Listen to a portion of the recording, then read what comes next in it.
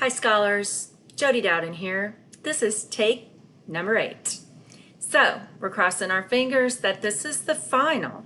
I want to tell you a holistic database synthesis and picture of the education system and demographics of Chile. So let's start with a few fun facts. Chile, some things that you might not know besides what is on the screen there, is that Chile is the longest north-south trending country in the world. They also have severe earthquakes and active volcanoes. 90% of the world's earthquakes are in Chile and 75% of the activity of active volcanoes. Prior to the arrival of the Spanish in the 16th century, Chile was really inhabited by indigenous Inca, Mapuche, I don't know if I'm saying that right. Fast forward to 1990 and they elected their first democratic president. So the education system has followed along with this election of the democratic president. And also a note to make is their income inequality is the worst among the members of the OECD countries. So a couple more interesting facts about Chile. The Andes Mountains trace the entire length of the country, and it really covers approximately 80% of the land. It's a beautiful country. They have Mediterranean climate, they have cold climate, they have hot climate. So it's a very diverse climate and country. Also, a little known fact, I didn't know this, was that geographically the Polynesians, the Easter Island is in Polynesia, but it officially belongs to Chile. So something you might like to know. So Chilean education. All children are guaranteed a 12-year free mandatory education. That was a reform in 2003. And we're going to see on the next few slides that the PISA data is showing where Chile falls amongst the OECD schools. Over the last 20 years, higher education has changed drastically, and currently they have increased their rate of participation in higher education 14%, so that approximately 50% of their population is enrolling in some form of higher education. So that's a good sign for Chile. So let's take a look at some of their data. They're 37th out of 42 in science.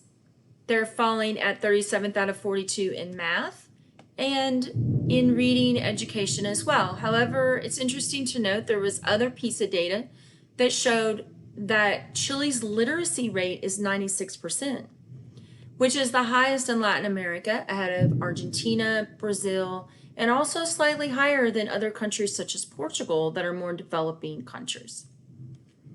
So what are some values that play into their education system? We're going to look at a survey that compares the United States and Chile and some important child qualities. So let's start with the important quality of independence. You can see Chile and the United States about the same. However, when we look at hard work, us hardworking Americans, we want to get it done, and Chile not so much with the hard work. So this does differ, and we're going to see maybe why that is when we look at some data in just a few slides down the road. A feeling of responsibility, so a little slightly higher than the United States. Imagination slightly lower than the United States. I was actually kind of surprised at this. I thought both countries would score a little higher in those areas. The tolerance and respect for people. So as the 1,000 people were surveyed in both countries, both are showing that it's very important to them to show tolerance and respect for other people. However, pretty low when it comes to thrift, saving, and money. And determination and perseverance, there is a slight difference. And unselfishness, there is a slight difference where Chile's outscoring the United States. And obedience. So this is something that I paused at and reflected upon. Only approximately 28% of the people surveyed in the United States thought obedience was an important child quality. And that might be some things that we're seeing reflected in our United States schools. However, Chile still has a pretty important value placed on that. And then self-expression, quite a bit higher than the United States. So let's break this down. First of all, Chile has had 2 Chilean poets that have won the Nobel Prize for Literature. So this is why I thought maybe their expression and art score would be a little higher. However, Chile, like the United States, views, like we said earlier, the tolerance and respect is an important quality for children to possess. Since the state's responsible for schooling, they have education vouchers. So the majority of the students, 93%, are benefiting from these educational vouchers. Chile is one of the few countries on earth where the government supports a research organization on UFOs. So just thought I would throw that in there. So let's take a look at the culture and Chile versus the United States culture. So this is a comparison of Hofstede's framework. You can see I like charts, and you can see the individualism is a stark contrast from the United States to Chile, as well as uncertainty and avoidance. So let's take a look at some of these. Power distance. So an example of power distance is a Democratic boss versus a boss that is going to give you, autocratic boss. Equality versus inequality. So this is where we see power distance, and you can see there's a very stark score between the United States and Chile. Individualism. The United States is scoring much, much higher. This is the degree of interdependence that society maintains among its members. This is the I versus the we. So the individualism in the United States, it's very important that we are individual, but Chile is collectively more about societies where people are in bigger groups. That means that it is in line with more Latin American countries. Masculinity. We can see a very big difference here. The higher the score, the more masculine the country is considered.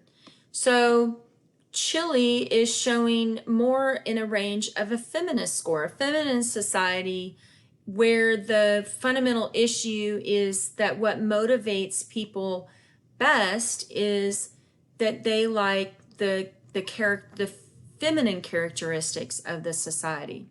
Both Chilean men and women show a modest behavior or attitude, where the United States is all about being first, all about having the best, the most, the prettiest. So Chile doesn't feel that way, and you can see that in some of their educational scores as well.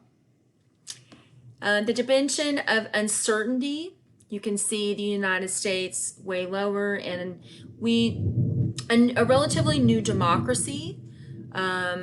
As a new democracy, Chile is seeing the score of uncertainty because they really just haven't had the history that we have had.